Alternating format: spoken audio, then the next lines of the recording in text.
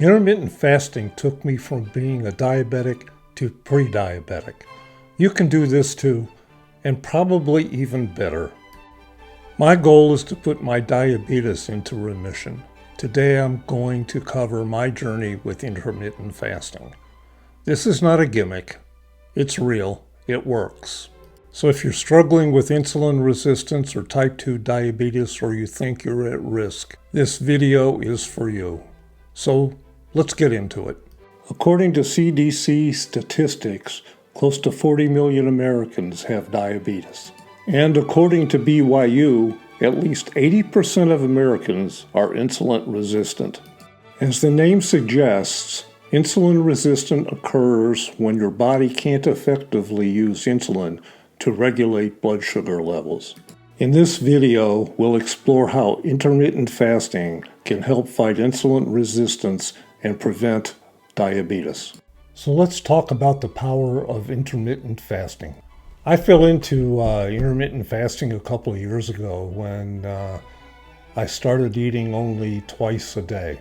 My blood glucose fell from 125 to around 100, and on top of that, I lost 7 pounds. So I told my doctor about this when my next visit, and she said, "You've been doing intermittent fasting." So I've been doing intermittent fasting ever since.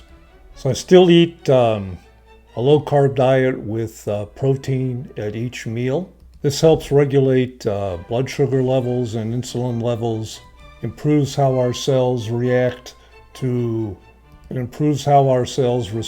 to insulin, and boosts our overall health. So it's time to talk about what I do. As I said before, I eat twice a day. The first meal is between 8 and 9. I finish eating by 4 p.m. That's 8 hours to eat and 16 hours to fast. There are days when I eat only one meal. I skip the morning meal and add a bit more to the afternoon meal. I sometimes do a Daniel fast where I don't eat meat or dairy for maybe 3 days. So I start these days with a protein shake using a vegetable-based powder. The powder I use has 17 grams of protein per serving, so I add at least another half serving to get up to over 25 grams. On other days I start with a whey protein shake. It has 25 grams of protein. I add plain yogurt and maybe a half cup of frozen blueberries. Or I'll have 3 eggs and cottage cheese. Eggs give me 21 grams of protein, and the cottage cheese, I'm at about 30. The afternoon meal is either a homemade soup or chili, no beans, salmon or tuna in a salad, or a hamburger patty, no bread. I seldom eat flour-based products and stay away from prepared meals. I don't eat beans or legumes due to the high carb content.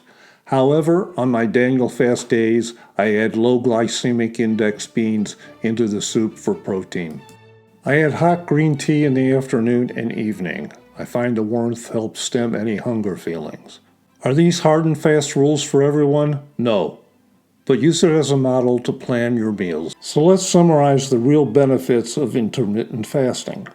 According to Everyday Health, intermittent fasting reduces inflammation, improves insulin sensitivity, better blood glucose, promotes weight loss. So what should you do now? First off, I'm not a doctor, but I have experience with intermittent fasting and been dealing with diabetes since 2017.